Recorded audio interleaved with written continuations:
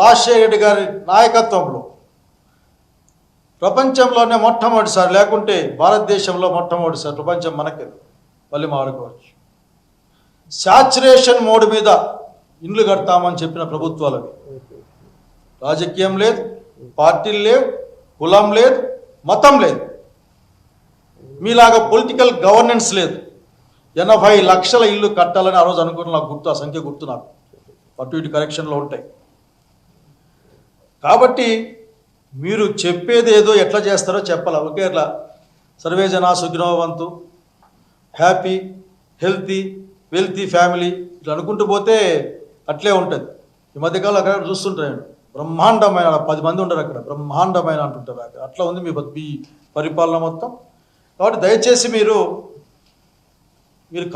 పేదరికాన్ని మీరేమీ తగ్గించే ప్రయత్నం చేయలేదు బాబు గారు. ఈ మాట చెప్పడానికి బాధపడతా ఉన్నాను.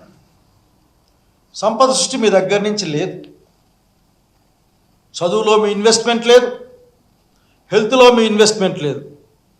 పోయిన ప్రభుత్వంలో స్కూళ్ళకి డబ్బులు బాకీ ఉన్నామని చెప్పి, మరి ఎట్లా? గవర్నమెంట్ కంటిన్యూస్ ప్రాసెస్ కదా. 2 బడ్జెట్ తయారు చేయలేము భవిష్యత్తులో. ఆంధ్రప్రదేశ్ రాష్ట్ర బడ్జెట్ కాకుండా, ఆంధ్రప్రదేశ్ రాష్ట్ర పరిపాలన కాకుండా ఇప్పటికే అధికార వర్గంలో ఆ చీలిక వచ్చింది, స్పష్టంగా కనిపిస్తూ ఉంది. మీ దయ వల్ల, మీ యొక్క దూరదృష్టి, మీ యొక్క విజన్ వల్ల మాకు కనిపిస్తూ ఉంది. బహుశా ఈ బడ్జెట్లు రేపొద్దున ఇట్లా పెట్టుకోవాల్సి వస్తుందేమో. తెలుగుదేశం పార్టీ బడ్జెట్ అని పెట్టుకోండి, ఇంకెందుకు తెలుగుదేశం పార్టీ బడ్జెట్ ఇది అని పెట్టుకోండి. మీ బడ్జెట్లో మీ సంపద సృష్టి మాకేం అర్థం కావడం లేదు. మీరు పేద ప్రజలకు ఇన్సెంటివ్గా ఉండి, చేదోడు ఆదరువుగా ఉన్న అనేక కార్యక్రమాలు రద్దు చేశారు. మీరు వాళ్ళ మీద ఇన్వెస్ట్మెంట్ పెట్టడంలే. చదువు మీద మీ ఇన్వెస్ట్మెంట్ తగ్గిపోయింది లేదు అసలు మీ క్యాపిటల్ ఇన్వెస్ట్మెంటే 50% తగ్గిపోయిందని మీ డాక్యుమెంట్లు చెప్తా ఉన్నాయి ప్రభుత్వ రంగంలో.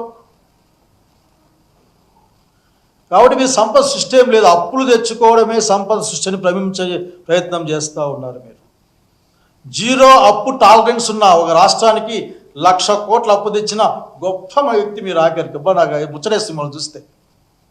అంటే అప్పే పుట్టని రాష్ట్రానికి 1,00,000 కోట్ల అప్పు తెచ్చారు మీరు. మీ పలుకుబడంతా ఉపయోగించారు, మీ గొప్పతనాన్ని చూపించారు. 40 ఏళ్ళలో మేము 2.3 ట్రిలియన్ ఆర్థిక వ్యవస్థకు పోతాం, 40 ఏళ్ళలో ఈ పని చేస్తాం, మా ప్రతి ఒక్క ఇంటికి 55 లక్షల రూపాయల ఇన్కమ్ ఉంటుంది. అది చెప్పేమన్నా ఇప్పుడు అప్పులు తెచ్చారేమో నాకు తెలియదు. ఆ రోజు అనేవాళ్ళు కదా మీరు చాలా స్పష్టంగా.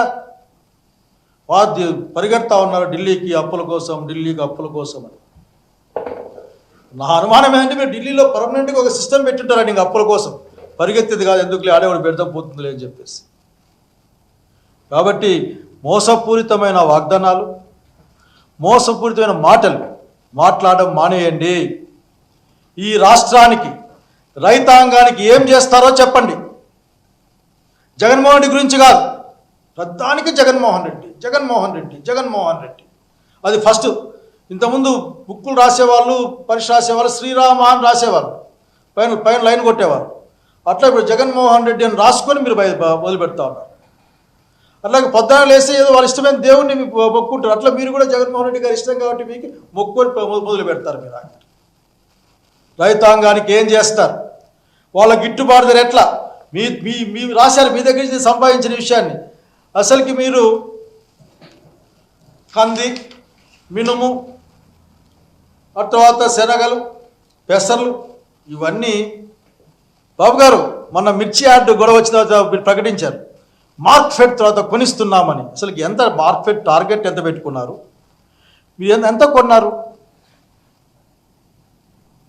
మీ ఎస్టిమేషన్లు ఏమో కొనే సంఖ్య ఏమో 96,000 టన్నులు కందులు కొనుక్కోవాలని. ఇప్పటికి సేకరించింది 23. సగాని ధరం రావడంలే. ఉత్తరం రాసి ఆ మిరపకాయల ఘాటుని ఉత్తరం రాసి తప్పించుకున్నారు మీరు. కొన్నవాడేవాళ్ళు లేడు. మరి ఎట్లా? మరి మీరు మీ దూరదృష్టి, మీ విజన్, మీ క్లెయిమ్ చేసుకునే విధానాల గురించి మీరు ఆలోచించుకోవాలి. ఫైనల్గా ఇంకో మాట చెప్పాలన్న బాబు గారు, మీరు కరెంటు ధరల గురించి మాట్లాడుతూ ఉన్నారు. ఎంత దుర్మార్గమైన మాట మాట్లాడుతున్నారు. అసలుకి అంటే మీకు కరెంట్ అంటే అసలు ఇష్టం ఉండదు. మీకు కరెంటు గురించి మాట్లాడితే, కరెంటు ధరల గురించి మాట్లాడితే బషీర్బాగ్లో కాల్పులు జరుగుతాయి. బషీర్బాగ్లో కాల్పులు ఆనాడు మీరు అధికారంలో ఉన్నప్పుడు కరెంటు ధరలపైనే, కరెంటు ఛార్జీలపైనే దాక్షిణ్యంగా కాల్చారు కదా ఆ రోజున. జనం మర్చిపోతారా?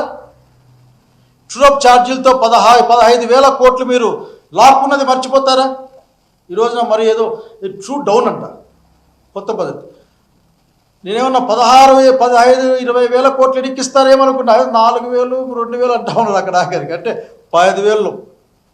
అట్లాగే స్మార్ట్ మీటర్లు పెడతాం, మీరు వ్యతిరేకించారు కదా ఆ రోజున. స్మార్ట్ మీటర్లు పెడతాం, ఆ మీటర్లు మళ్ళీ మనమే కొనుక్కోవాలట. ఒక విషయం గుర్తుపెట్టుకోండి, మీ నాయకత్వంలో ఫ్రీ కరెంట్ లేనప్పుడు నాణ్యమైన కరెంటు 9 గంటలు ఇస్తామని రాజశేఖర రెడ్డి గారు ఈ రాష్ట్రానికి ప్రామిస్ చేసి వస్తే నిలబెట్టుకుని ఆ మాట ఆఖరి. ఈరోజు మీ దగ్గర, ఆ కాలం మీ దగ్గర మోటార్లు బీక్కపోయేవాళ్ళు, స్టార్టర్లు బీక్కపోయేవాళ్ళు, రైతుల మీద కేసులు పెట్టేవాళ్ళు. ఇవన్నీ మర్చిపోతే ఎట్లా? దయచేసి విద్యుత్ రంగం గురించి తక్కువ మాట్లాడండి. మీకే అనుమానాలు ఉంటే ఇంతకుముందున్న ప్రభుత్వంలో కలిసి పనిచేసిన వాళ్ళతో రాజశేఖర గారి నాయకత్వంలో ఆ రోజున రోషయ్య గారు ఒక మాట చెప్పారు, మీ చేత కాకపోతే మాకు అప్పగించండి, మేము దీన్ని లాభాల్లోకి తెస్తామని.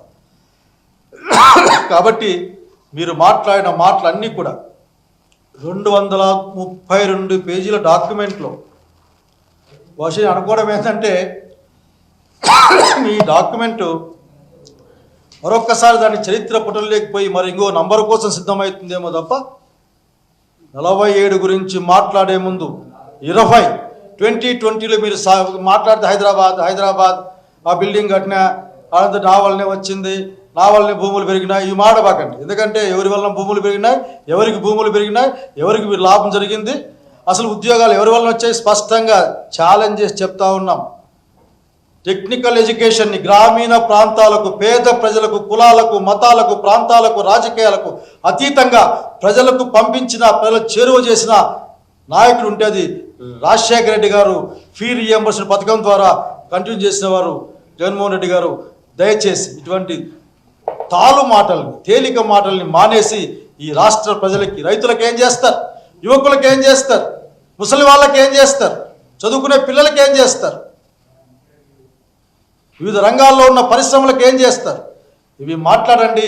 ఈ రాష్ట్రానికి రావాల్సిన అనేకమైన పునర్వ్యవస్థీకరణ చట్టంలో అంశాలను సాధించడం కోసం ఏం చేస్తారు, స్టీల్ ఫ్యాక్టరీ ఏం చేస్తారు, అట్లా అరకు కోల్పోయిన రైల్వే జోన్ గురించి అరకు లేదు ఈ రోజున మన దగ్గర, విశాఖ రైల్వే జోన్ గురించి ఏం మాట్లాడతారు, అనంతపురం జిల్లా రాయలసీమకి రావాల్సిన బుందేల్ఖండ్ తరహా ప్యాకేజ్, అట్లాగే ఉత్తరాంధ్ర రావాల్సిన బుందేల్ఖండ్ తరహా ప్యాకేజ్ ఎప్పుడు ఇస్తారు? వీటి గురించి మాట్లాడండి. మీ దృష్టిలో సంపద అంటే అప్పులు.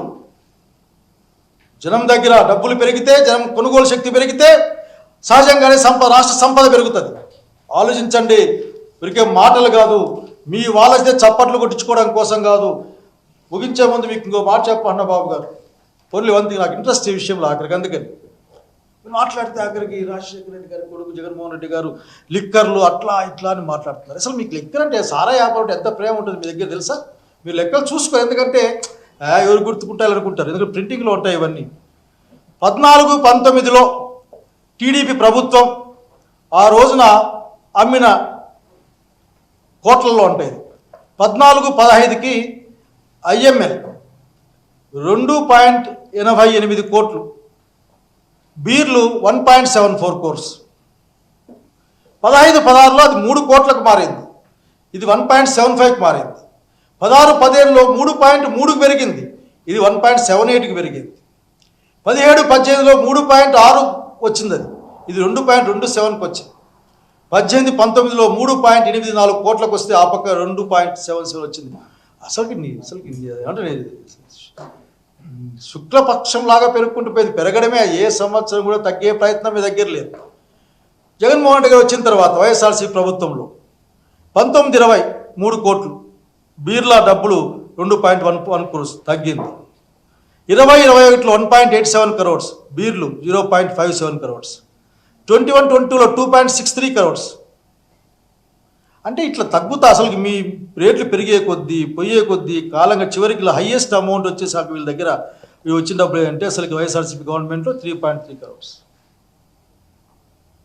ఎట్లా కనుక దయచేసి మీకు ఇంకోసారి గుర్తు చేస్తా ఉన్నాను, బాధ్యత కలిగిన ఆంధ్రప్రదేశ్ యొక్క పౌరుడిగా నా జీవితంలో చూడలే, మళ్ళీ చూస్తా అనుకోలేదు. నాణ్యమైన సారాయి అంటే నాణ్యమైన మద్యాన్ని చౌక ధరలకు అందజేస్తామని చెప్పిన ప్రభుత్వాన్ని మిమ్మల్నే చూశాను. మీకు ధన్యవాదాలు తెలియజేయాలో మిమ్మల్ని చూసి బాధపడాలో కూడా అర్థం కాని పరిస్థితి. దయచేసి ప్రజలకు ఉపయోగపడే విధంగా సత్యదూరమైన మాటలు వాగ్దానాలు మానేసి ప్రజల్ని ఇల్యూషన్లో పెట్టే విషయాలను మానేసి వాస్తవ పరిస్థితులపైన మాట్లాడమని ప్రజలతో మాట్లాడమని నేను రిక్వెస్ట్ చేస్తూ ఉన్నాను. ఆంధ్రప్రదేశ్ రాష్ట్ర ముఖ్యమంత్రి ఎన్డీఏ నాయకుడు చంద్రబాబు నాయుడు గారు.